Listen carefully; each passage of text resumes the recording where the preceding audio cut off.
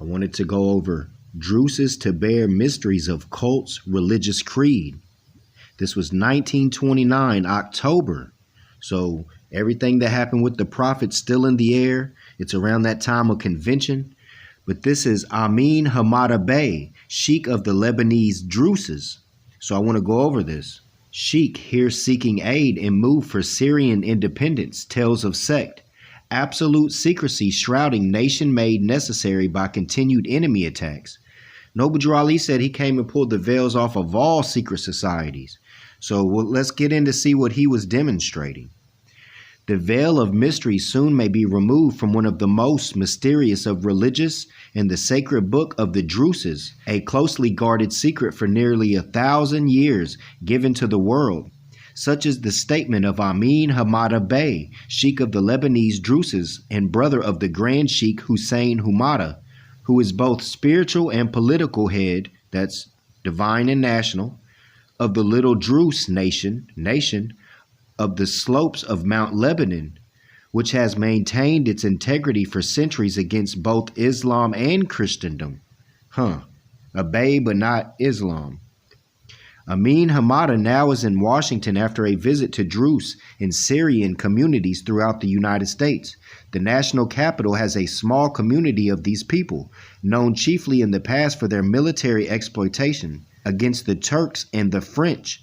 Now, says Hamada, the Druze nation has joined hands with other Christian and Muslim sects for an independent Syria. Although there has been much conjecture concerning the Druze mysteries, according to Hamada Bey, nearly everything that has been published is very inaccurate, since the full religion is known only to a small portion of that people themselves, who have guarded their secrets at the price of their lives. Noble Drew Ali said they was trying to keep the keys back until they was loosened. Now he believes there is no further reason for this, and A. Mujahideen making a special appeal to religiously inclined intellectuals of all nations may become one of the cornerstones of a new world religion. Just too late, Noble Drew Ali brought the old time religion and brought all the universal principles back. You had the keys and they was loosened, and Noble Drew Ali let it spread like wildfire. Hitherto, the Druses never have tried to preach their faith to others.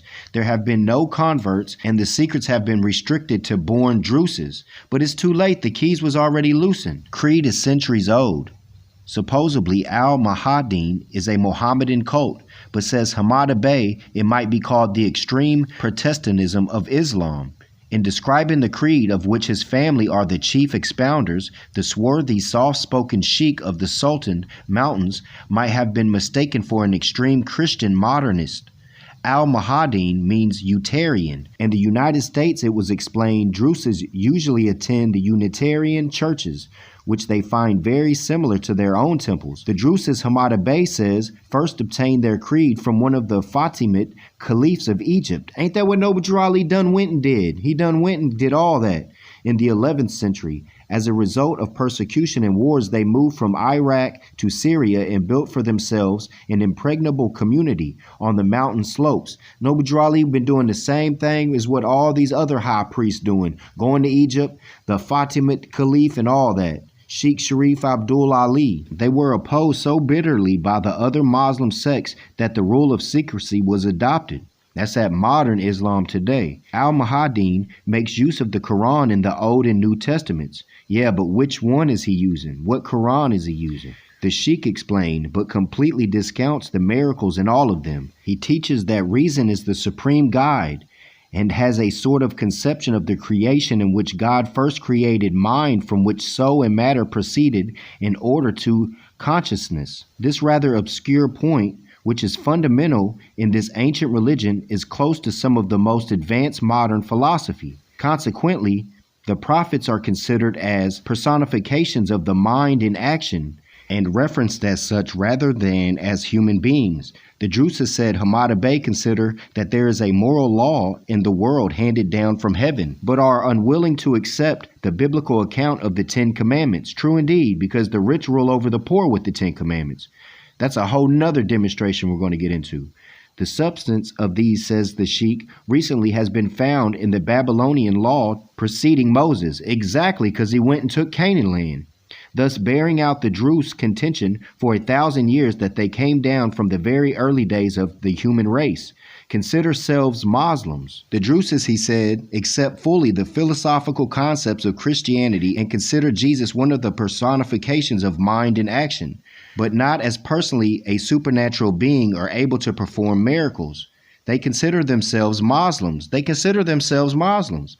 But attach no particular significance to Mohammed, just like Noble Drew Ali did, except that he was the ancestor of the Caliphate, just like what Noble Drew Ali does. They break entirely with Mohammedan on the laws of family relations. They are strict monogamists, and from the first have maintained the institution of divorce. Under Mohammedan law, the division of property is strictly regulated. Under Druze law, the individual may will his property as he pleases. The substance of the Druze creed is contained in a sacred book, the Wisdom, now entirely unknown outside the nation itself. When it is published, says the Sheik, it will prove a revelation to the world of this little nation of mountain philosophers. Too late, Noble Drew Ali done dropped that. He says that all Druses are philosophers. They are of all sorts, like everybody else, but familiarity with the mysteries is restricted to those who can understand them. The Druze churches, he explained, are very plain, and gold, silver, and any sort of ornament in the place of worship is forbidden. Instead, these must be used for charity. A striking difference between the Druze creed and the Judaism and Islam, most of Christianity, he says, deals with prayer. True indeed, the dogmatic side of it. The Encyclopedia Britannica says that the Druses are forbidden to pray. This says the Sheik is entirely wrong. The true member of the cult must pray a great deal every day, but with prayers are in the form of conversations with the deity rather than a supplication. The Druze is forbidden to ask for favors in prayer. Things happen, he says, according to the laws of nature, and it would be considered extremely impiety to plead that these laws be changed for the sake of the individual. The usual form of prayer, about which there has been much speculation, he says, is merely, "O God, I depend on thee. I want to do thy will."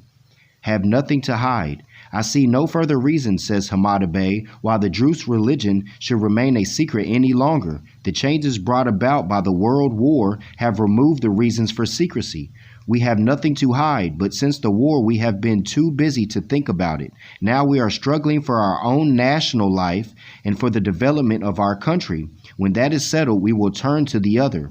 The Druze war with the French, he said, is far from settled so far as the Druses are concerned, and he revealed that the great Druze leader Sultan Pasha Atrash now has been retired into the Arabian desert with a nucleus of 3,000 men, awaiting the result of present negotiations between Syrian leaders and the French government. He never has agitated and doesn't intend to, because the French was colonizing the Moorish Empire. The present trouble in Syria, he said, have brought together Druze and Christian in a firm alliance, and he is in America, not as a Druze, but as a Syrian. We are trying our best to develop our country in Occidental ways. Thousands of our students are being educated in American and European schools. We feel that the civilization of our ancestors is the basis of modern world civilization. We wish to collaborate with other peoples in the interest of humanity. We look at the United States as the greatest of modern world powers. All small nations look at her for the fulfillment of their inspirations or their aspirations.